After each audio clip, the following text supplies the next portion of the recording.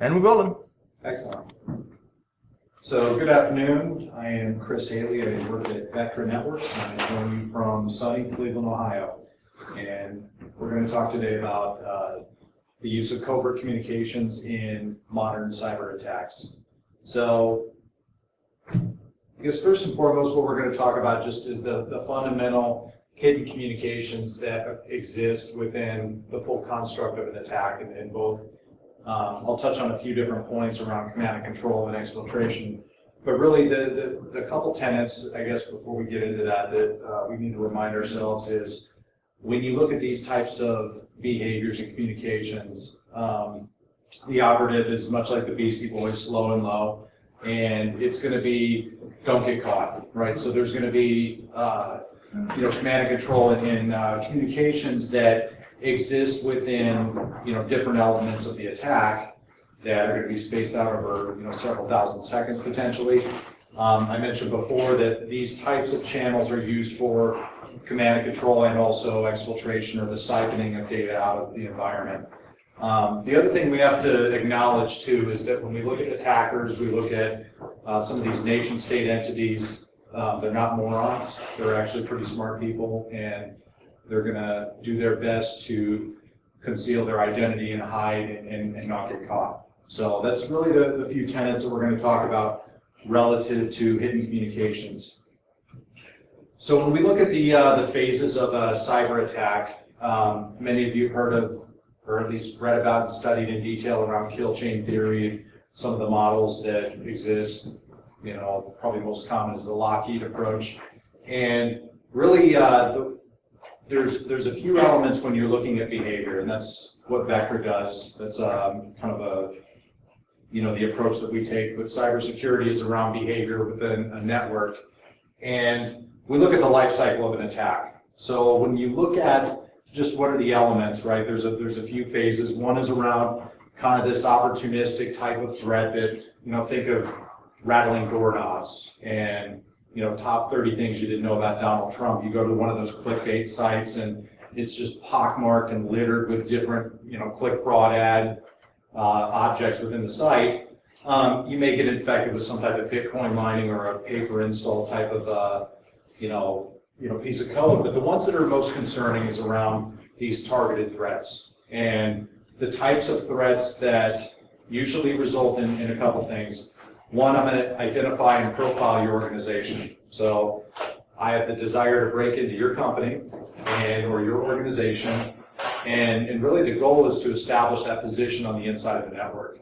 Now, I can take advantage of Nancy in accounting, send her a spear phishing email, and know that with a high degree of probability she may open it up.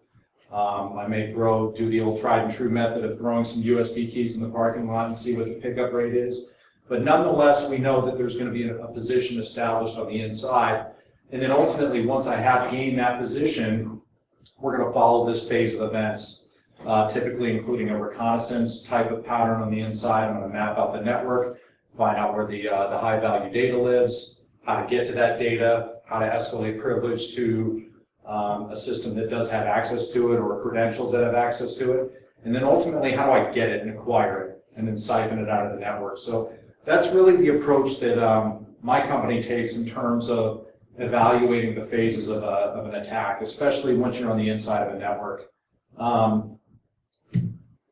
So let me just build this out. But really the purpose of this conversation and this talk is around the hidden communications. So when we look at command and control, custom command and control, RATs, for example, what are some of the techniques that modern cyber attacks contain?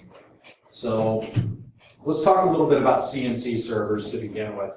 The one thing we can be sure of is that the smart guys, the smart attackers out there, they're not going to recycle and reuse the same identities behind their command and control infrastructure. What they'll do is they'll rotate domains on a very frequent basis. So you'll have, if you do a whois on one of their domains, you'll see that it was registered 8 hours ago, which is a little bit sketchy. You'll see that it has no alphanumeric sequence within the actual domain name that can be pronounced in any language in the world, right? So those are a few just obvious indicators that it's a little bit dicey. So we'll see domain generation algorithms. We'll also see the use of tunnels, right? So protocols like DNS that have some tunneling elements within them. Also, too, the legitimate use of, what I guess a corporate environment might consider as acceptable use. Gmail, for example, Google Drive, Dropbox. And then ultimately, too, when we look at these artifacts, right, and the reuse of just domains and IP spaces and other elements of identity, that increases the chances of getting caught. So these folks aren't going to do that. What we like to do at Vectra is we evaluate on behavior. We don't look at signatures. We don't look at and accept things at face value. Okay, it's it is what it is. No, it's around behavior. And when you look at some of the artifacts and contents within a behavioral sequence, we look at things that can change, such as IP address, such as URL, protocol, and so forth. But fundamentally, the underlying behavior does not, especially when we're looking at things like command and control, when we're looking at things like exfiltration. So you can disguise something 100 different ways, but on the wire, it's going to be very truthful, and we're going to see that behavior. The other thing, too, that we also do at my company is that our source of truth are network-based packets. We're not looking at system logs. We're not looking at flows. We're actually evaluating the full construct of the packet. And there is a lot of useful material within the packet itself, not just the payload in terms of what files could be leaving the environment, but also, too, around cadence. How rigid is my communication pattern in channel? Is it every 86,400 seconds on the dot, for example, once every 24 hours? Or does it appear to be somewhat of a client-server-based relationship? And then also to obfuscation and disguising oneself, hiding within protocols, a tunnel within a tunnel type of thing. So these are some of the, as you look at detecting some of these covert communications, again, it's around looking at the behavior. So really, there's a few approaches that we take on the Vectra side. Our product is built around supervised learning and unsupervised learning-based algorithms. I'll give you an example on supervised learning. It's really a concept around analysis of prior samples of malware, or prior samples of data to build and construct a model, right? So one of the examples of one of the algorithms we use is around a Tor browser. So if we saw a Tor browser at University of Louisville versus one at JP Morgan Chase, they're pretty much going to be the exact same thing, right? So that would be an example of what we would consider supervised learning. It's basically what we call global learning, meaning that we don't need any local context or awareness of elements unique to your organization. On the other hand, unsupervised is more what we would call local learning. And think about like authentication patterns. Anybody work at a hospital or work at a healthcare system in this room? No, okay. Well, so a large hospital, they're going to run 3 shifts, right? So they're going to have, employees on staff and authenticating throughout the day. And so when you see 3 shifts of authentication compared to, let's say, at a bank where it's 8 to 5, that profile is going to look a little bit different. So from a learning and a behavioral element, the unsupervised is going to be more locally significant as we define these algorithms. So let's talk about hiding within encryption, right? And we'll get into a little bit more about encryption and how I guess this is kind of a problem space today in terms of visibility. So there's a study out there from Sandvine that suggests, anybody read this article or at least familiar with it? It's basically suggesting that this year, 2016, there's going to be 70% of internet traffic is going to be encrypted. So that's not only going to include, the Facebook traffic of the world, and they recently made that change, but also malicious traffic is going to be encrypted. And that kind of gives the attacker a little bit of an edge in terms of concealing what exactly they're doing within the payload. The good news is there's still some evidence within the packet headers that give us an indication of malicious behavior. And then also too, just the whole concept around decryption, SSL offload. And when you look around, and as I talk to my customers, that's one of these top of mind projects and ideas is, I have so much encrypted traffic, I don't have any visibility. Now I need to start thinking about some type of project in that space. And then also too, when you're looking at, just encryption in a hiding place for attackers, there's a few elements around just the actual session itself. If you think about a normal client-server session, usually the commands originate from the client side. They're the ones commanding the server's responding to the commands, and you can see directionality as it relates to that session. Within an SSL session, that still is very true. So you can see directionality even in spite of encryption. So just a couple quick questions, guys and gals, is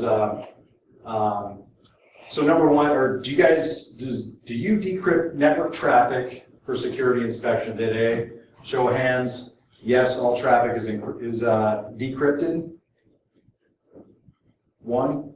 Some traffic is selectively decrypted by policy. No traffic is decrypted. I'm not today, but I'm planning in the future. Okay, so that kind of gives us an idea that one individual out of about 30 here is actually decrypting traffic. Sir, if you don't mind, what industry are you in? Banking. Banking. Okay, that would make sense. And is that something that you guys are doing proactively, or is it based off of policy? It's policy. Okay, gotcha. So the point, I guess, when you look also too at the individual session or at the individual, component, right? This is a quote, obviously, from Sherlock Holmes. While the individual man is an insoluble puzzle, in the aggregate, he becomes a mathematical certainty. And so when you look at the math and the statistics around behavior, you can put together patterns, even within, encryption. So if you take a data science-based approach, some of the models reveal some very predictable things, such as cadence. Is the cadence and the communication pattern between a client server very rigid and predictable? So that's one element. The second thing is around directionality and who's in control of the session. If it appears to be remotely controlled from the outside coming in, that's another very good indication that there's suspect behavior. The third is around automation versus human-driven types of sessions. Automation is it can stick out like a sore thumb.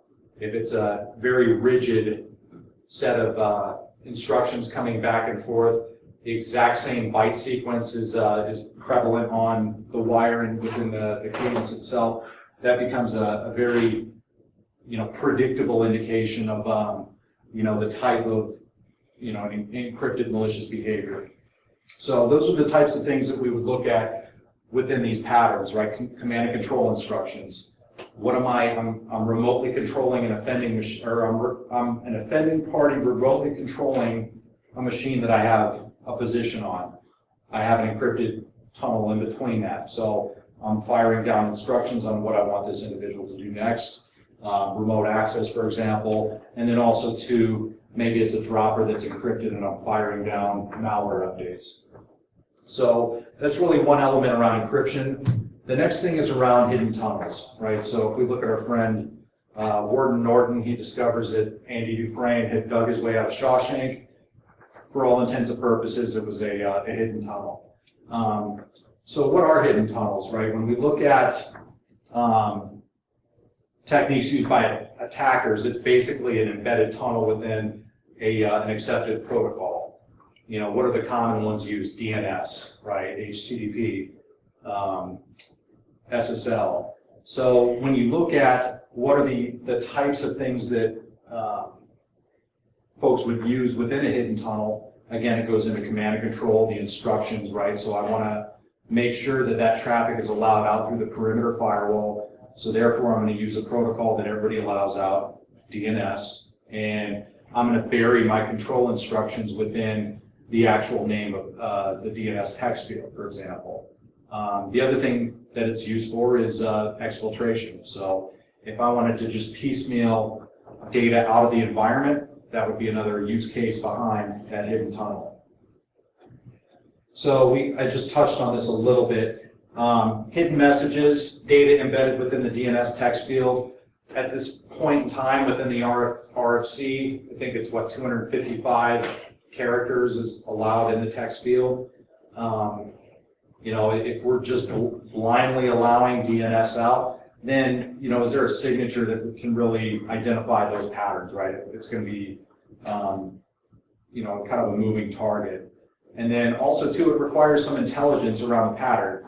So let me just, I'll pull up a little demo here for a second. Let me end the show.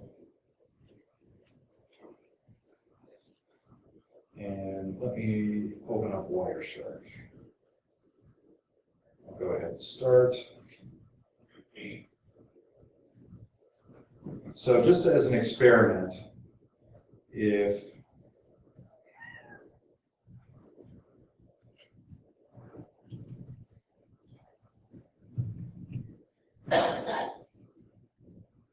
you guys see that, or should I make it a little better here?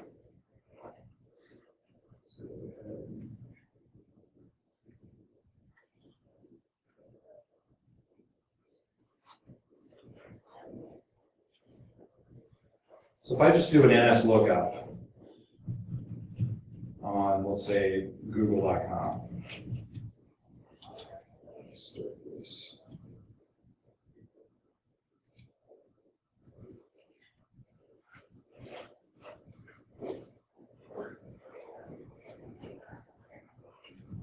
Make sure this is right.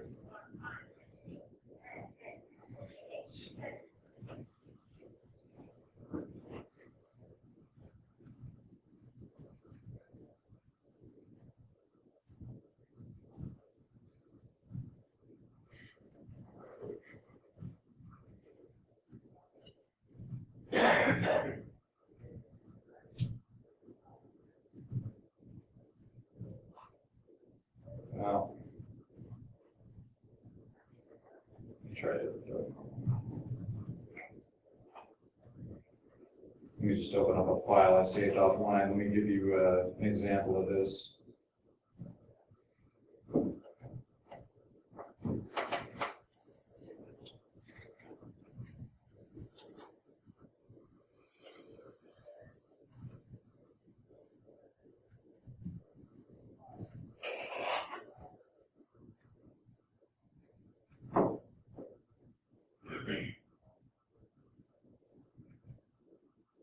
So if I do a standard lookup on, let's just say ohio.gov, I can see 72 bytes in the request, and I can see 88 in the response.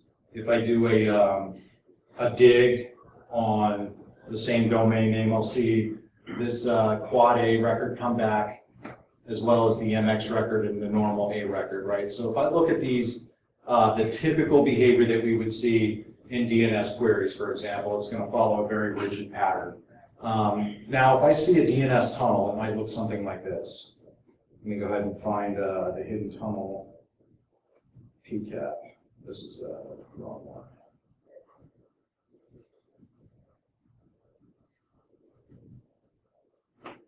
This is a little unusual. So I see a query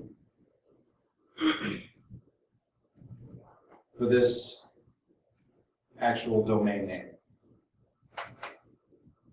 If I go to the bottom, I can see that the length is 252 characters, which is 3 short of the max, according to the RFC. And I can see this just sequence of garbage, right? So what I see here is the query going from the actual client who's sending it off to the command and control. We can infer that there's a program that can decrypt or use this type of information, and in return, what we'll see is the response. So my query now is all of a sudden 312 bytes. It's not normal like a 10 character or fewer type of domain.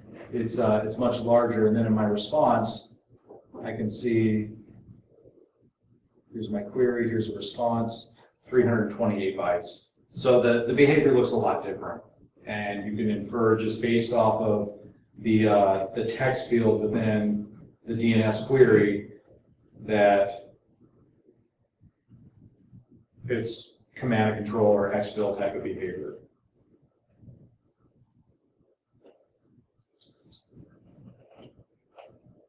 Let's go back here.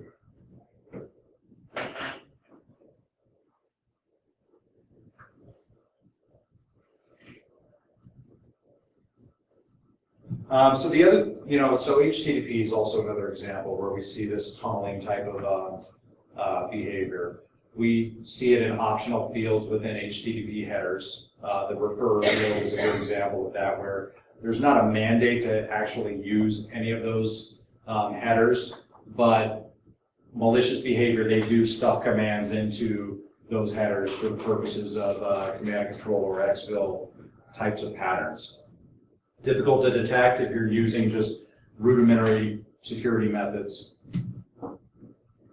We also have we publish a report every 6 months, and it's basically a survey of our existing customers. We allow our customers to opt in and basically share metadata of detections that have occurred within their networks. And really, this is what we've seen relative to hidden tunnels, right? So we saw approximately a 50% command and control and exfiltration within SSL and HTTP.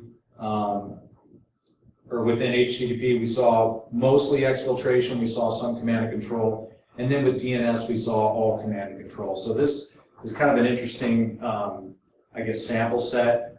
I'm interested to see how that shapes out, the year end and see kind of where this lands. But ultimately, these are types of tunnels that we do detect on. The other thing is hiding within allowed applications. I guess any Walking Dead fans in the room? Yeah, so we all know how the, what this model looks like, right? You cover yourself with zombie guts and you can kind of navigate amongst, the allowed dead members. So one of the use cases around this is things like OneDrive, Dropbox, Gmail, and what appear to be legitimate applications that are permitted by an organizational security policy.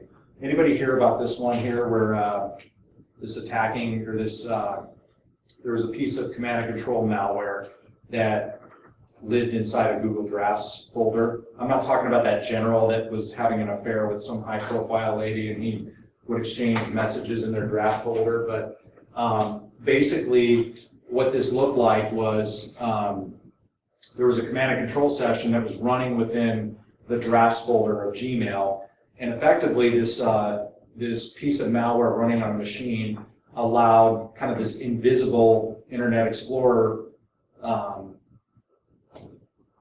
instance to run within the machine itself, and it was sending Python commands to pull down what those next sequences are. So think about this, right, as you're looking at a security approach, and we have web filtering tools out there, we have email spam and everything else.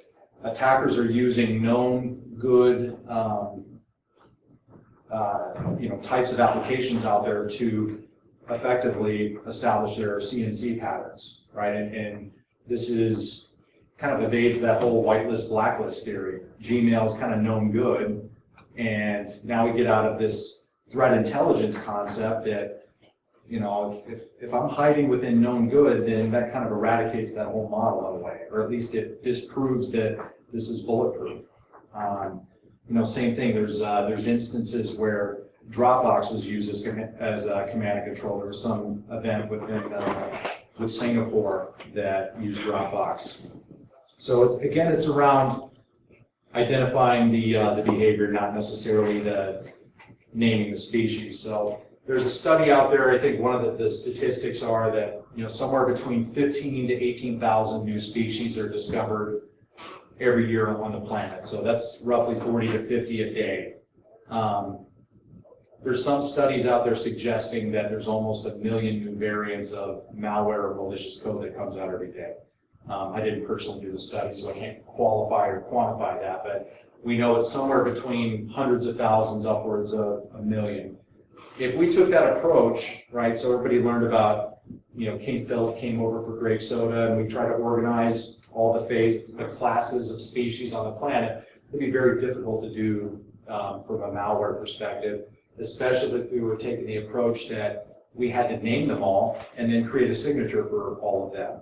So if my database of signatures grew exponentially by 1 million per day, that's something that I can't scale. So a better approach is looking at the behavior.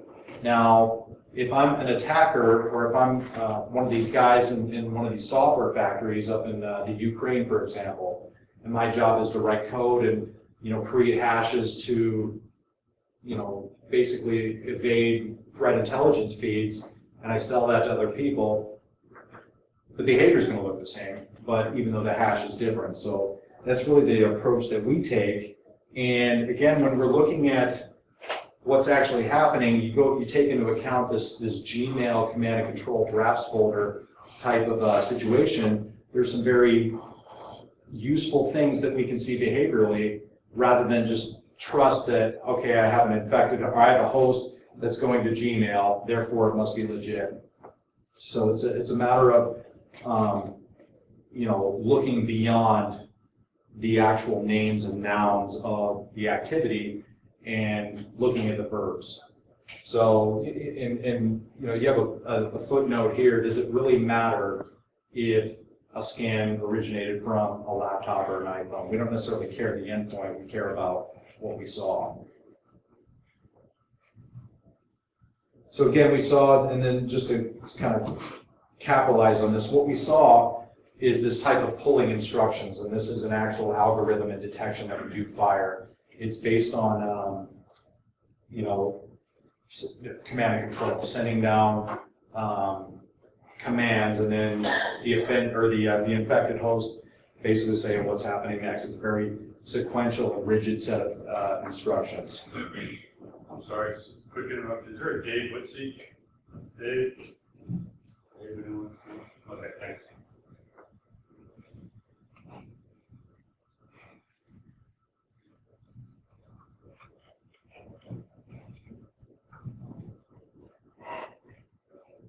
Let's get into, I didn't put the slide together, but I'll ask the question anyway. I guess any thoughts or comments around what do you think poses the greatest risk? Would you say consumer-based applications out there, the Dropboxes, the Gmails, and so forth? What about cloud, AWS, on-prem? What about tools? Kind of a mixed bag. Nonetheless, though, we know that attackers are going to continue to evolve and figure out the next, way to get in. They're not going to use techniques that eventually get squashed out. Remote access. Game of Thrones fans, anybody? So, so Bran is this kid that's being lifted up by this guy named Hodor, if you've never seen the show. And he's got these really cool capabilities. One of which is what they call a warg in the show, and that allows you to see things through the eyes of an animal. He also has the ability to, kind of shapeshift and actually jump into other living creatures and do things. And that'd be a pretty cool power to have. But effectively, it's remote control. It's remote access. He's able to remotely control another living entity. And so when you look at remote access, right, you think about rats. You think about tools like VNC. You think about tools like, just even using and taking advantage of some of these administrative tools out there. Does anybody secure their ILO ports or even just their management ports on their server? Any server guys in the room? Anybody worried about just ILO-based security or even those management ports? I mean, again, these are all, there's plenty of tools out there to gain access to other systems. So when you're, there's a couple things to think about when you're looking at remote access. Now, I showed you the construct of an attack. By and large, a lot of the elements are fully automated. So command and control is automated. It's program driven. Machine gets infected, he executes the payload, and then there's an automated command and control. At some point though, once I've applied, maybe some recon, or I've done a number of different things on the inside, I found a VM that's in the lab that's unpatched, and that's my I guess, inside source that I'm going to continue to go after and control, excuse me. Eventually there's going to be a shift from automation to human hands on a keyboard, where the actual precision of hacking and acquiring data shifts from that automation to that human being. So it's again, it's this concept around hidden communication and what do we see. So there's this glass rat attack this glass rat program that happened a few years ago. It was discovered by RSA, and effectively it was discovered in China, and it evaded AV tools. It evaded a number of different techniques. It had all the makings and characteristics of a rat, but using traditional security methods, it was largely undiscovered for a period of 3 years. So there's a nice little write-up. It's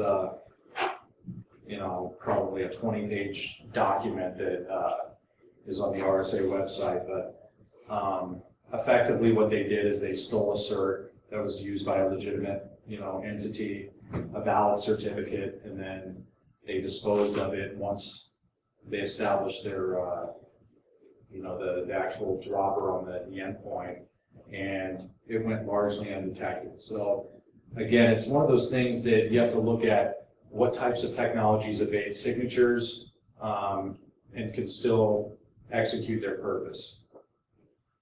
What about the service being from China? You said valid Chinese company. That's really like that. Say that one more time. You said legitimate Chinese software company. Is that something you should look at from the start? Like my bank looks at transactions and says, I'm going to disallow transactions from states that you don't live in, unless you come here traveling there. Do you really have to have everything wide open to every certificate that's ever been issued? Yeah, good question. I don't know if you guys heard that. It was kind of a multi-part question, but if I repeat the question, it was, do you really have to, say that one more time? Your previous slide said Valid's Chinese software company. I just kind of thought that was kind of a joke in and of itself. Kind of, yes. So, should you look at where you even allow certs in from the start to legitimate business partners of some sort? Yeah, I think that's a fair statement. In this case, it happened within China. So it was China on China crime, which is but yeah, I would agree with that statement. Okay, so I think we're kind of near the end. We're going to talk a little bit about anonymization. And then if you've noticed the theme, I just put some shows on here that I like. Breaking Bad fans anywhere? Okay, so we know that Heisenberg remained fairly anonymous even in the presence of his brother-in-law, who was a DEA agent, who knew who Heisenberg was.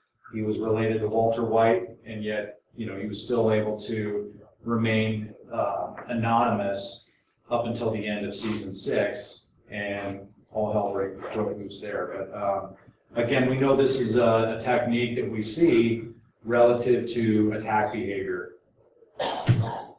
So one of the common techniques is the use of Tor and peer-to-peer, and that's really to disguise your true source and disguise, and obfuscate where you originate from. So you may use this type of channel to, conceal your identity. And it's something that there's encryption involved, there's customization involved by the attacking entities, and there's really not it's an evolving and ever-changing type of network, so it's hard to get in front of. Now, there are things that you can see and readily identify from a pattern perspective. So, Tor browsers are pretty easy to identify. By default, a lot of them use 9001, right? So it's one of those things that you can see this behavior, this type of channel occurring as it relates to, you know, anonymization and so forth. The other thing too is when you look at traffic bouncing around on the inside, so we have a detection called stage transfer hop 1 and 2, and that's basically, you know, concealing where traffic is originating or is bouncing through, and basically what we're looking for is a way out. So if you see this type of pattern on the inside, I've captured and acquired high value data, and my goal is to get it outside of the network. You may see some of this staging and some of this transfer between hosts in order to exfiltrate this type of data.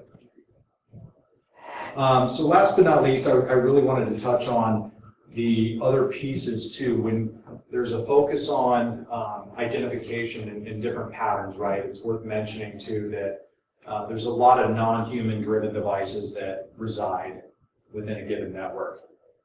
Anybody in a manufacturing or an industrial environment within the room? So there's a study within the plant floor that there's a 10-to-1 ratio of non-human devices such as a PLC or some type of control that has an IP address and is attached to the network versus the laptops and the human and these types of devices. So it's worth noting that when we look at behavior, we shouldn't just look exclusively at laptops or exclusively at devices that we're familiar with. There's a whole bunch of weird stuff out there that is getting an IP address. We did a little experiment. There's vector threat labs. You can look and read up on this case study, but it's basically the ability to deploy a functioning backdoor, the ability to leverage things like infusion pumps or other non-traditional devices as a way on the network.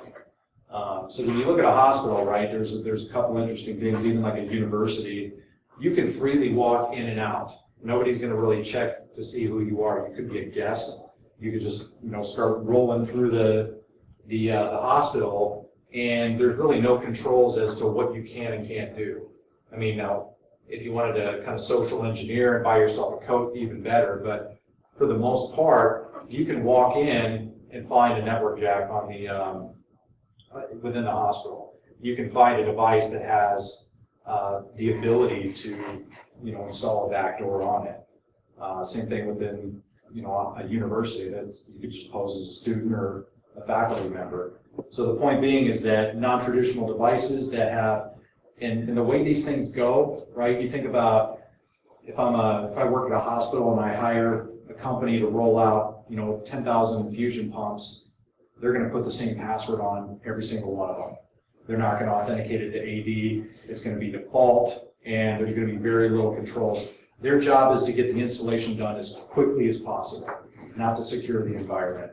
So this is kind of the new set of threats that we're looking at in terms of command and control, in terms of backdoors and so forth, and that sort of thing. So that's, I'm up against it right now. I think we have a few more minutes, but again, really what I wanted to touch on is just a high-level summary of some of the hidden command and control types of sessions that we would see in modern cyber attacks, hidden exfiltrations, what are some of the techniques that are used. Again, a couple things to look at. Behavior is very relevant versus signature. Look at the pattern and look at the cadence. Look at where the session originates from, where does the control live, and also too, packets are a source of truth, right? So short of very few man-in-the-middle or packet manipulation techniques, there is a lot of integrity in terms of what those, what that source will yield in terms of forensics. Questions, comments, thoughts? So I'll give you 8 minutes back. I really appreciate you guys attending the session. Thank you.